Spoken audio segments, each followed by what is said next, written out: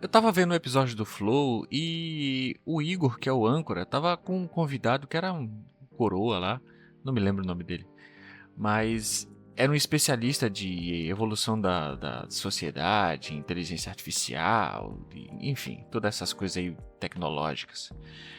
E eles chegaram num ponto da conversa que eles começaram a se questionar sobre cadê os nossos gênios, os nossos artistas, sabe? Porque antes a gente tinha o Einstein, a gente teve o Van Gogh, e eles entraram nessa questão em específico. Cadê o Van Gogh da nossa geração, da nossa época? Eu acho muito curioso quando a gente entra nesse tipo de discussão. E, bom, eu já entrei em várias dessas com os meus amigos e tudo.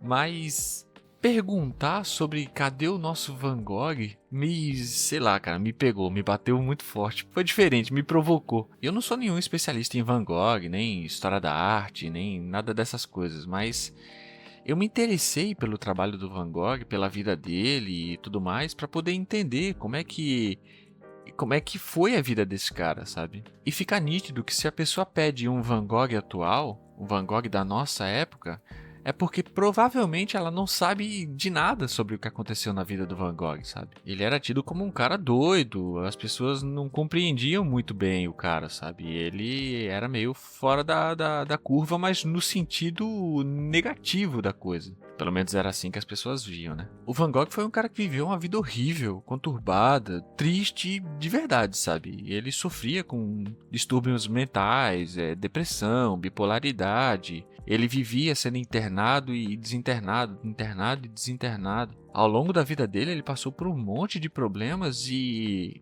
no âmbito artístico mesmo, profissional, ele nunca foi considerado um artista bem-sucedido na vida dele. Pelo menos não em vida. E só quem acreditava um pouco nele era o irmão dele, que trocava uma ideia sincera com ele pelas cartas e ajudava a manter o cara financeiramente.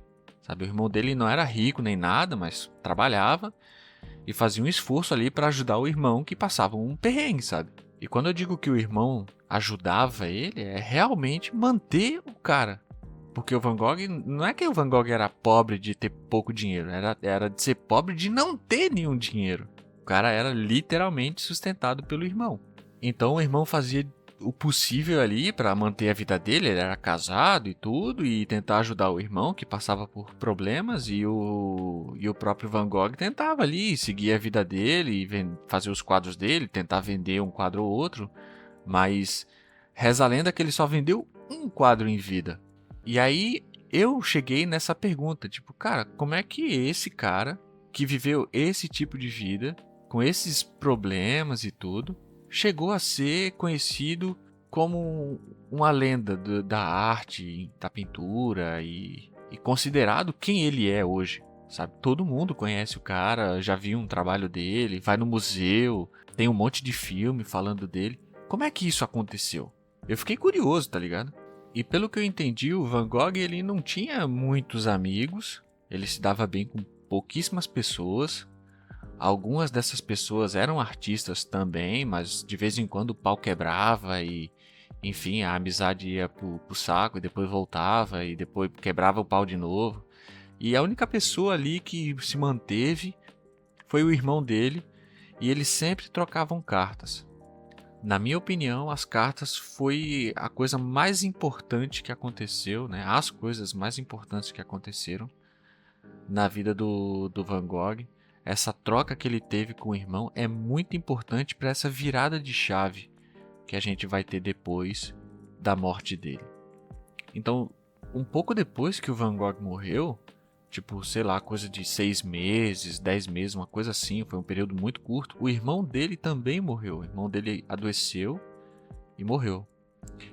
E aí a esposa do irmão, que agora é viúva, tinha ali algumas obras do Van Gogh, tinha as cartas que os irmãos trocavam e tudo mais.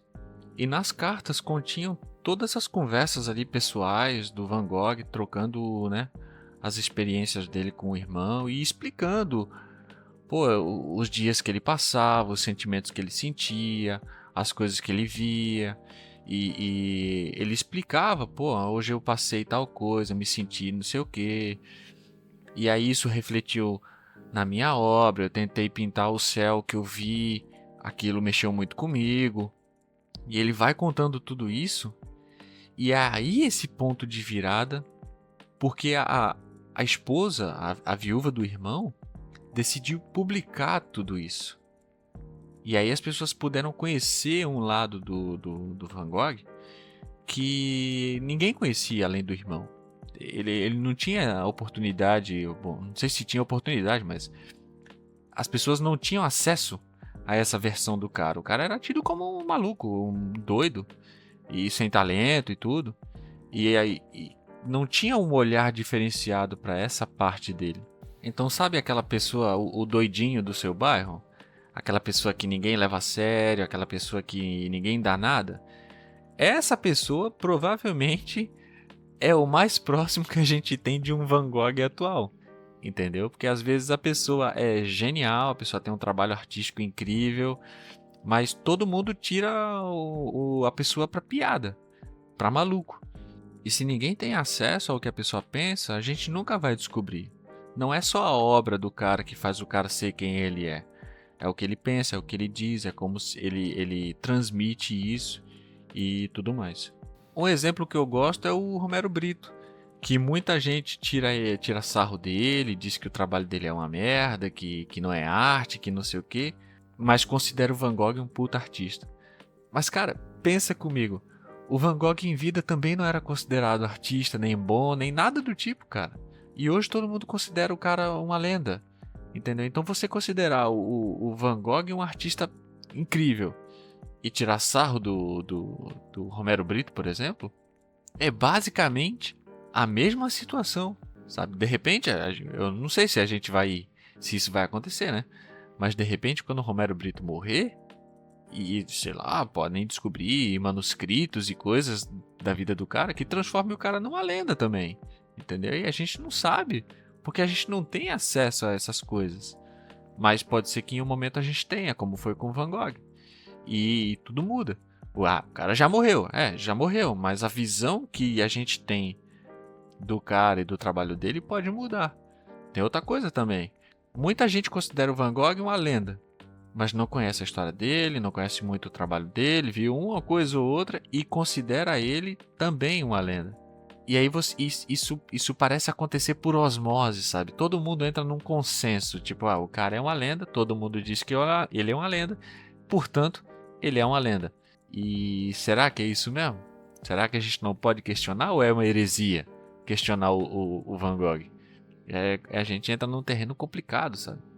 Então é muito complicado a gente entrar nessa de próximo Van Gogh, próximo Dali.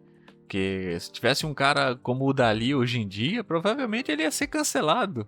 E o cara não ia, de repente, se tornar essa lenda que foi o Dali ou, enfim, o Van Gogh. É muito fácil adorar pessoas que não estão mais aqui ou que estão distantes da gente, porque a gente tem acesso a só um pedacinho da vida do cara e a gente começa a entrar numa de interpretar o que os outros falam do artista ou do profissional. E aí vira uma coisa meio, sei lá, parece que a gente tá adorando um fantasma, sabe? Parece que a pessoa nem existiu de verdade. Enfim, a minha reflexão sobre o Van Gogh é que você pode ser o próximo Van Gogh. Eu posso ser o próximo Van Gogh. Mas a gente nunca vai saber. E não é arrogância querer se comparar com o Van Gogh, dizer que você ou que eu podemos ser o próximo Van Gogh, sabe? Mas é uma questão de que eu vejo que o cara não mudou quem ele foi. Ele foi o que ele foi. O que mudou foi a percepção de quem ele foi, sabe? E isso pode mudar de novo. Em algum momento as pessoas podem descobrir outras coisas e dizer, pô, então o cara não foi lenda coisa nenhuma, entende? Então isso é muito volátil. É mais legal quando você segue o seu propósito firme na sua caminhada e o que os outros pensam, foda-se. Beleza? Então é isso. Obrigado por ter chegado até aqui. Eu fico muito feliz de estar compartilhando isso aqui com você. Se inscreve no canal, fica de olho que tá sempre saindo vídeo novo. Não deixa de deixar o seu like aí também. E deixa nos comentários o que você acha. Cadê o próximo Van Gogh? É você o próximo Van Gogh? Escreve aí que eu quero trocar essa ideia com você. Eu acho bem interessante. Beleza? Tamo junto. Até a próxima. E é nóis. Valeu.